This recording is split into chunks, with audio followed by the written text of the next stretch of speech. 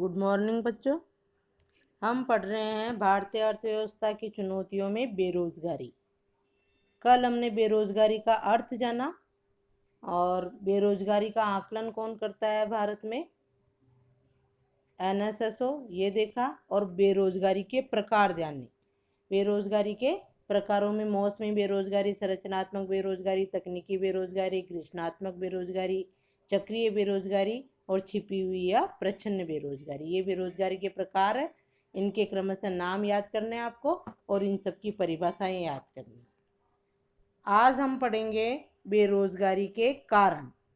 देखो, आज का टॉपिक बेरोजगारी के कारण।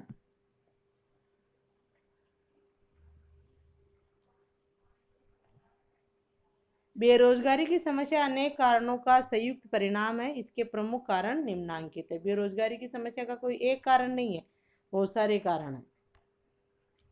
तो उसमें पहला कारण है रोजगार परक शिक्षा एवं प्रशिक्षण का अभाव।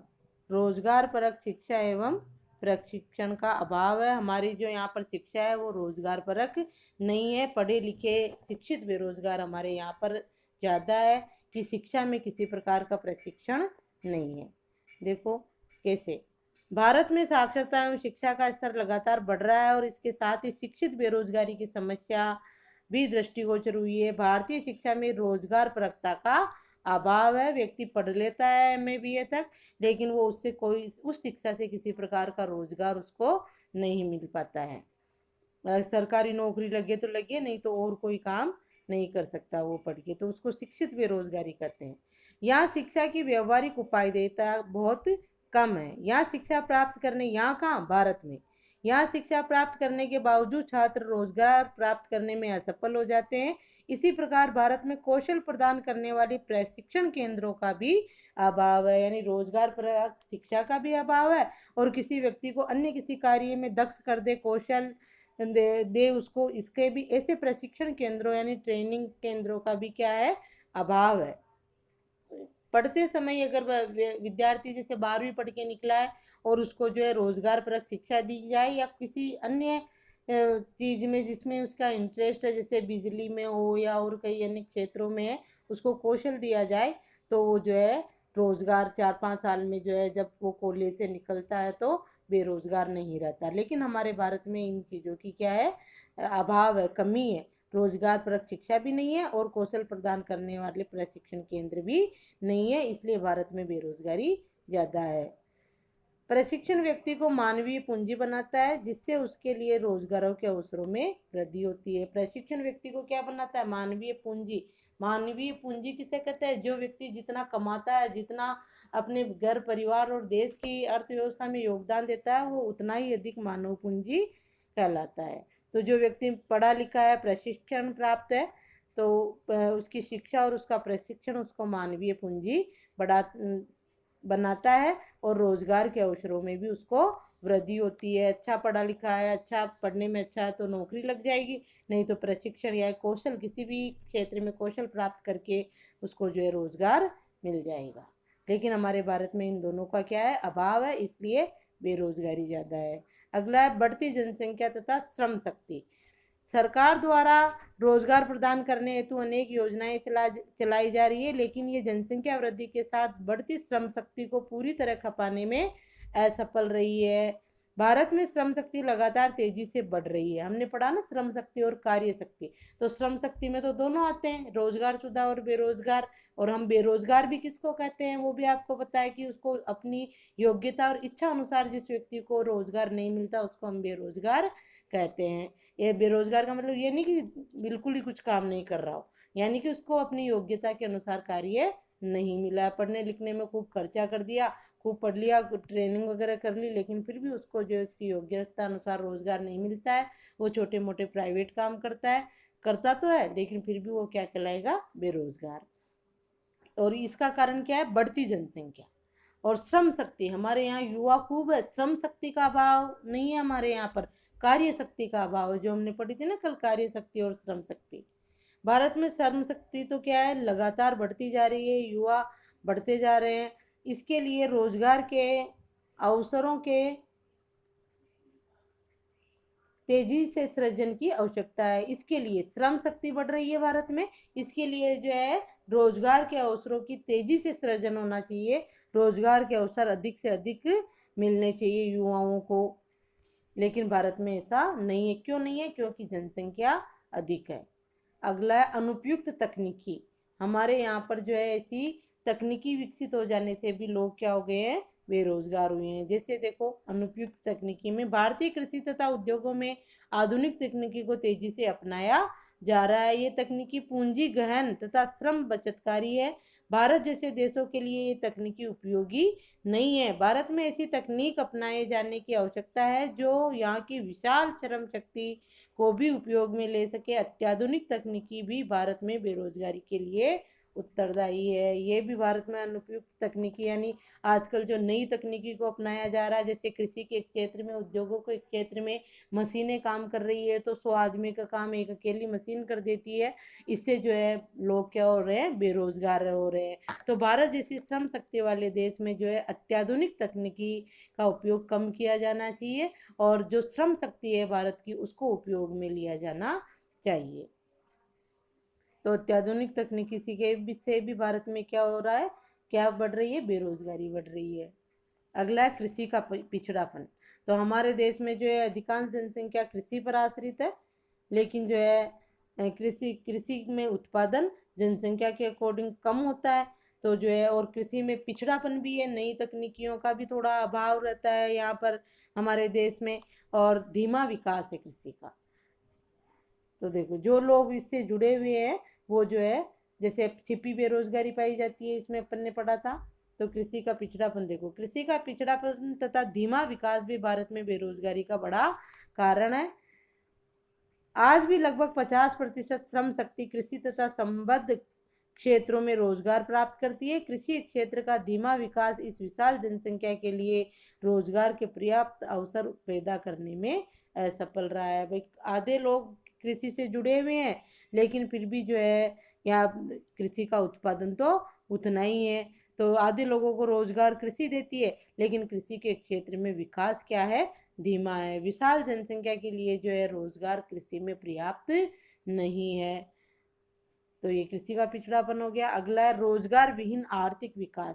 ये भी बेरोजगारी का एक कारण है। हमारे यहाँ पर आर्थिक विकास तो हो रहा है, अर्थव्यवस्था आगे बढ़ रही है, लेकिन वो क्या है? रोजगार विहीन है। कैसे? देखो, सामान्यतः विकास के साथ रोजगार में भी वृद्धि होती है। भारत ने पिछले 35 वर्षों में तेज गति से विकास किया है, लेकिन इस विकास में सेवा क्षेत्र का योगदान अपेक्षाकृत क्या रहा है? अधिक रहा है। सेवा क्षेत्र, 3 क्षेत्र पढ़े थे हमने व्यवसाय के। प्राथमिक क्षेत्र में कृषि खनन ये आते हैं, द्वितीय क्षेत्र में उद्योग, और तृतीय क्षेत्र को ही सेवा क्षेत्र कहते हैं।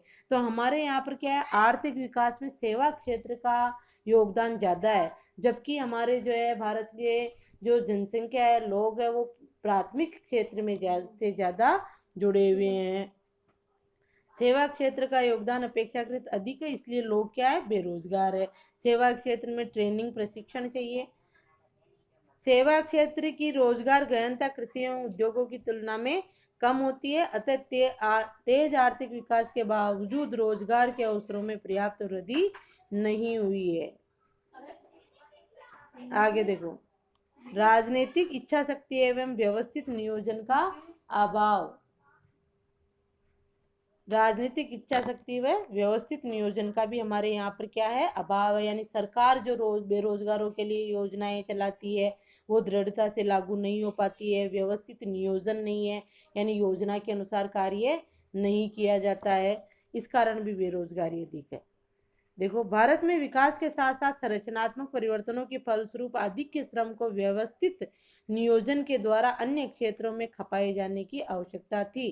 संरचनात्मक परिवर्तन हो गए ना, उससे भी जो है काफी बेरोजगारी हुई है, तो उन लोगों को अन्य क्षेत्रों में लगाने की आवश्यकता थी। यद्यपि बेरोजगारी निवारण हेतु सरकार द्वारा अनेक कार्यक्रम चलाए गए, लेकिन इनमें सामान्य दृश्य का अभाव था।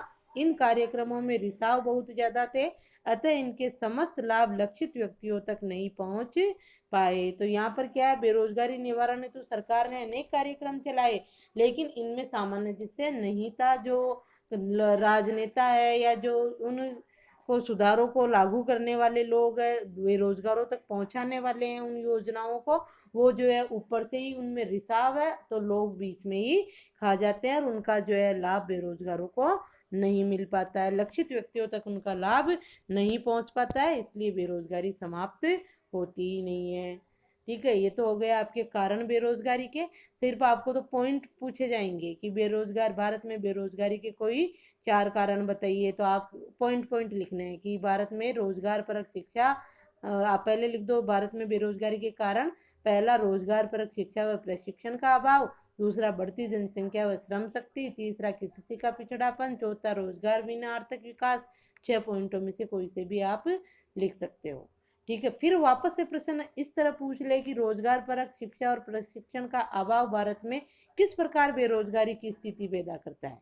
ठीक है, तब आपको ये बताना है कि भारत में शिक्षा में जो है रोजगार परक शिक्षा नहीं है। भारत में व्यक्ति जो है पढ़कर MA BA करके जो है अपनी पूर्ण संपूर्ण कॉलेज की शिक्षा पूरी करके जब वो निकलता है तो उसके पास किसी भी प्रकार का कोई कौशल नहीं होता है, और कौशल केंद्रों का भी अभाव है, जिससे वो जो है किसी भी प्रकार के किसी कार्य में दक्ष नहीं होता है और वो बेरोजगारी रह जाता है। इस तरह थोड़ा सा समझा देना होता है।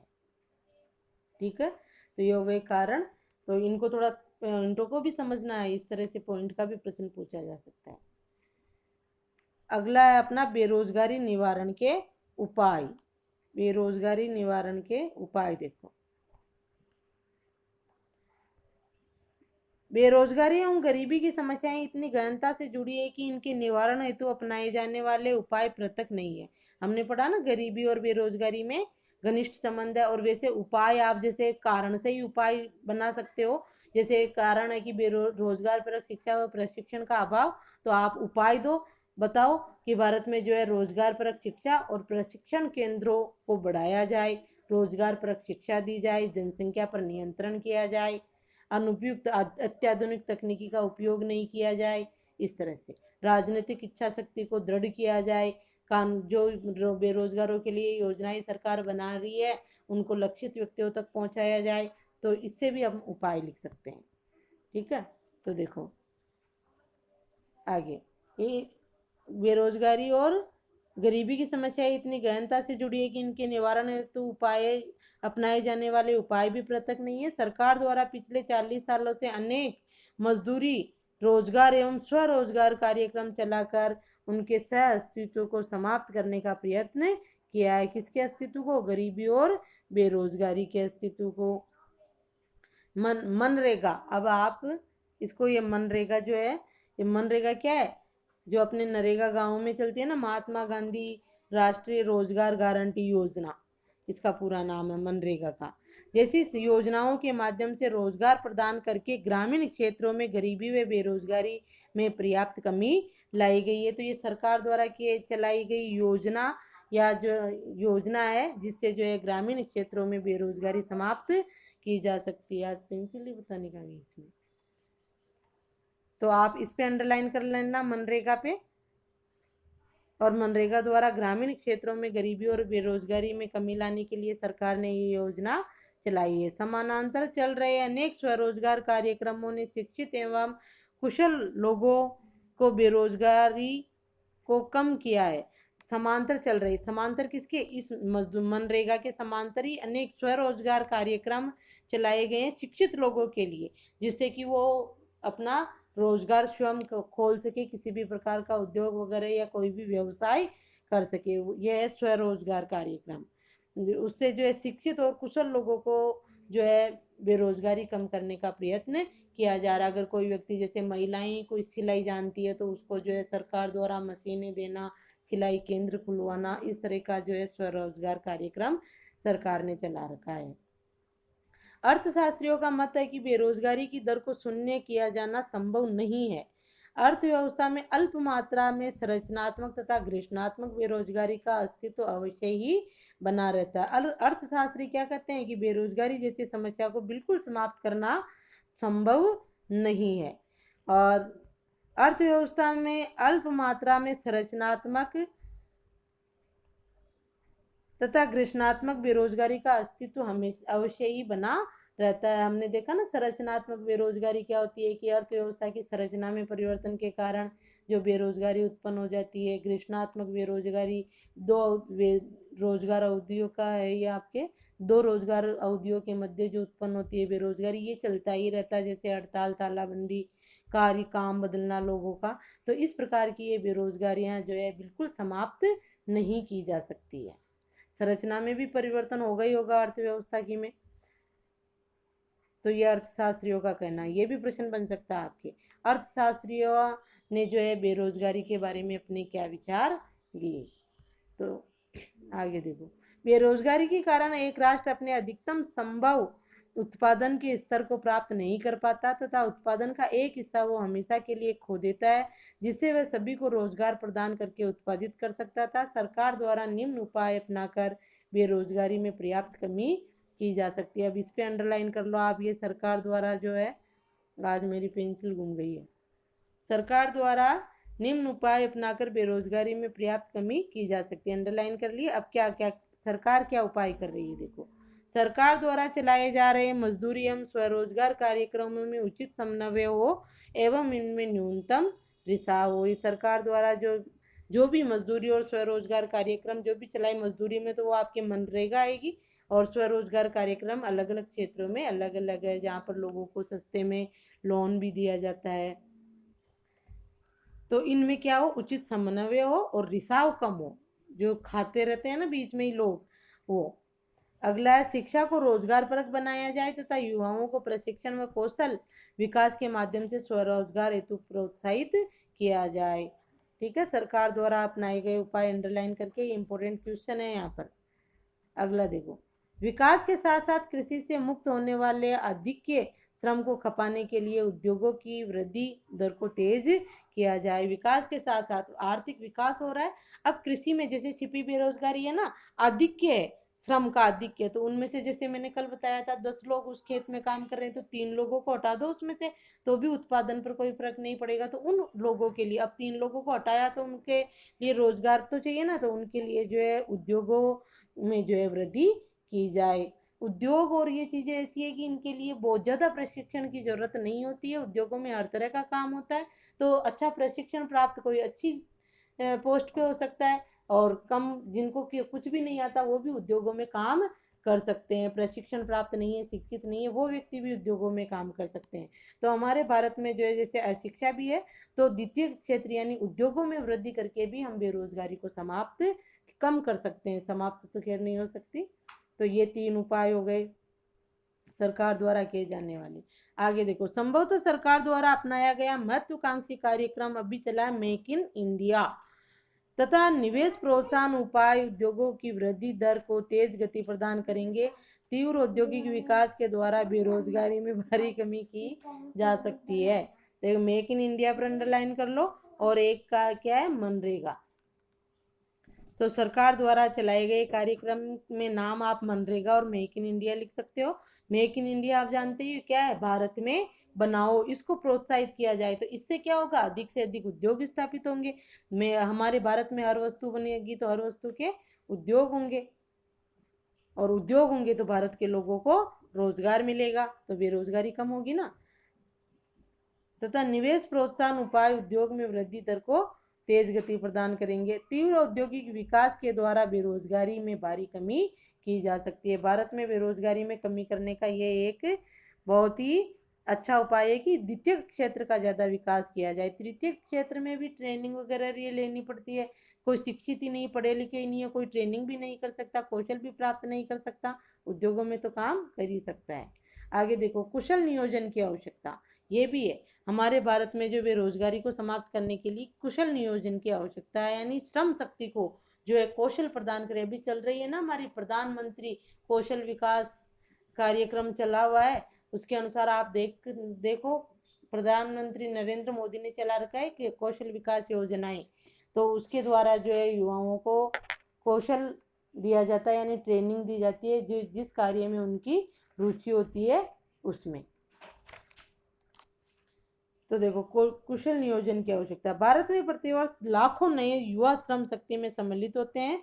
ये भारत के लिए एक अवसर भी है और एक चुनौती भी है। भारत के लाखों युवा नई श्रम शक्ति बनते हैं जिनके लिए रोजगार चाहिए उनको। तो ये भारत के लिए एक अवसर भी है कि भारत में इतने युवा है, श्रम शक्ति अधिक है भारत में। और एक चुनौती भी है कि इतनी श्रम शक्ति जो भारत में आ रही है, युवा लोग है, उनको जो है सरकार क्या दे, रोजगार दे। ये सरकार के लिए चुनौती है। उचित नीति बनाकर इन युवाओं के लिए रोजगार सृजन की आवश्यकता है। रोजगार संबंधी नीति इस प्रकार बनाई जानी चाहिए कि इसमें वर्तमान बेरोजगारों के साथ साथ श्रम शक्ति में नव प्रवेश करने वालों को भी ध्यान में रखा जाए। अभी वर्तमान में बेरोजगार है ही व्यक्ति, और हर वर्ष नए व्यक्ति आ जाते हैं शिक्षा से निकल के, तो उनके लिए भी जो है रोजगार की व्यवस्था की जानी चाहिए। यानी कुशल नियोजन की आवश्यकता है कि सरकार को ऐसा नियोजन, ऐसी योजना बनानी चाहिए जिससे कि जो है व्यक्ति अपनी योग्यता अनुसार, अपने अपने इच्छा अनुसार जो है रोजगार में लगा हुआ रहे। तो अभी जो बेरोजगार है उनके लिए तो योजनाएं चलाई रही है सरकार, लेकिन जो नव युवक अब आ रहे हैं, जो श्रम शक्ति प्रतिवर्ष भारत में आ रही है, उसको भी ध्यान में रखना चाहिए। ठीक है, तो ये हो गया आपका पाठ पूरा, बेरोजगारी के उपाय वगैरह जो भी है ना, कारण उपाय। तो आप इसका जो ध्यान रखोगे और याद करोगे। प्रश्न में आपके कल भेजूंगी। अब महत्वपूर्ण बिंदु देख लो। प्रत्येक महत्वपूर्ण बिंदु आपके किसी न किसी प्रश्न का उत्तर होगा, तो महत्वपूर्ण बिंदु भी आपको ढंग से करना है। कोई प्रश्न बन रहा है तो बनाना है। मुद्रास्फीति पहली चुनौती है ना, 3 चुनौतियां पड़ी थी। तो देखो, मुद्रास्फीति का तात्पर्य क्या है? सामान्य कीमत स्तर में सतत वृद्धि से है। ये भी प्रश्न है कि मुद्रास्फीति से क्या तात्पर्य है, तो उसका उत्तर होगा ये। दूसरा, मुद्रास्फीति की दर को ज्ञात करने हेतु भारत में थोक मूल्य सूचकांक एवं अन्य उपभोक्ता मूल्य सूचकांक बनाए गए हैं। मुद्रास्फीति को कैसे ज्ञात किया जाता है भारत में, उसका हो गया ये। तीसरा, कीमत तथा मुद्रा के मूल्य में विपरीत संबंध पाया जाता है। ये इंपॉर्टेंट क्वेश्चन है कि कीमत और मुद्रा के मूल्य में कैसा संबंध होता है, तो उत्तर यही है। कैसे? कीमत और मुद्रा के मूल्य में विपरीत संबंध पाया जाता है। जब वस्तु की कीमत बढ़ती है तो मुद्रा का मूल्य कम होता है। आज के 50 साल पहले सोना जो है कितना, 500 रुपये तोला था, और आज 50,000 रुपये तोला है। वस्तु वही है, 1 तोला सोना, ठीक है, और लेकिन उसकी कीमत बढ़ गई तो मुद्रा का मूल्य क्या हो गया, कम हो गया। उस समय जो 50 रुपए की कीमत थी वो आज 50,000 की कीमत है। इस तरह से तो इनमें विपरीत संबंध पाया जाता है। जब वस्तु की कीमत बढ़ती है तो मुद्रा का मूल्य कम होता है। आगे देखो, मुद्रास्फीति के नियंत्रण हेतु 2 उपाय, कौन कौन से उपाय अपनाए गए हैं? मौद्रिक उपाय और राजकोषीय उपाय। मौद्रिक उपाय किसके द्वारा अपनाए जाते हैं? मौद्रिक उपाय भारतीय रिजर्व बैंक द्वारा, और राजकोषीय उपाय किसके द्वारा अपनाए जाते हैं? सरकार द्वारा। अब आप ये भी ध्यान रखोगे कि मौद्रिक उपाय क्या है और राजकोषीय उपाय क्या है, और भारतीय रिजर्व बैंक किस प्रकार नियंत्रण करती है मुद्रास्फीति पे, और सरकार किस प्रकार करती है। ये प्रश्न है, 5-6 प्रश्न है यहाँ पर उपायों में। भारत में गरीबी के अनुमान सर्वप्रथम दादा भाई नौरोजी द्वारा लगाए गए थे 1868 में। ये भी प्रश्न का उत्तर है। सुरेश तेंदुलकर ने जो है 2011-12 में अनुमान लगाए, उससे 21.92% लोग गरीब थे। एक सी रंगराजन का देखना आप। अगला है निरपेक्ष गरीबी, वह स्थिति है, गरीबी 2 प्रकार की होती है। निरपेक्ष गरीबी वह स्थिति है जिसमें अपनी मूलभूत आवश्यकताओं को भी पूरा नहीं कर सकता है व्यक्ति। और गरीबी 2 प्रकार की कौन कौन सी? निरपेक्ष गरीबी और सापेक्ष गरीबी। तो ये निरपेक्ष गरीबी की परिभाषा थी आपके। और अब है बेरोजगारी की परिभाषा है। बेरोजगारी वह स्थिति जिसमें कार्यकारी आयु वर्ग में शामिल कार्य के योग्य एवं इच्छुक व्यक्ति प्रचलित मजदूरी की दरों पर रोजगार प्राप्त करने में असफल हो जाता है। तो ये बेरोजगारी की परिभाषा है। भारत में कौन कौन सी बेरोजगारियां पाई जाती है? भारत में छिपी बेरोजगारी और संरचनात्मक बेरोजगारी अधिक पाई जाती है। ये भी प्रश्न का उत्तर है। 10वां है गरीबी तथा बेरोजगारी के अनुमान लगाने हेतु समंकन संकलन का कार्य कौन करता है? एनएसएसओ, राष्ट्रीय प्रतिदर्श सर्वेक्षण संगठन द्वारा किया जाता है। तो गरीबी और बेरोजगारी दोनों का ही अनुमान कौन लगाता है भारत में? एनएसएसओ। ठीक है, तो ये प्रत्येक 10 अध्ययन बिंदु और 10 ही प्रश्न है, उनके उत्तर है जो आपको दे दिए गए हैं। अब आप ये अति लघुत्रात्मक प्रश्न जो मैंने भेज दिए आपके, उनमें से कोई अलग हो तो आपको करना है। अति लघुत्रात्मक और लघुत्रात्मक तक आप देख लेना, निबंधात्मक आपको नहीं करने हैं। ठीक है, और किसी प्रश्न का उत्तर नहीं आए तो आप पूछ लेना। आज का होमवर्क आपका महत्वपूर्ण बिंदु से जो प्रश्न बन रहे हैं वो अगर मैंने आपको नहीं दिया तो वो बनाना है, और अति लघुतरात्मक और लघुतरात्मक प्रश्नों के उत्तर करने हैं। ठीक है, अगर मैं दे देती हूँ ना आपको प्रश्न तो दोबारा किसी प्रश्न का उत्तर नहीं करना है आपको।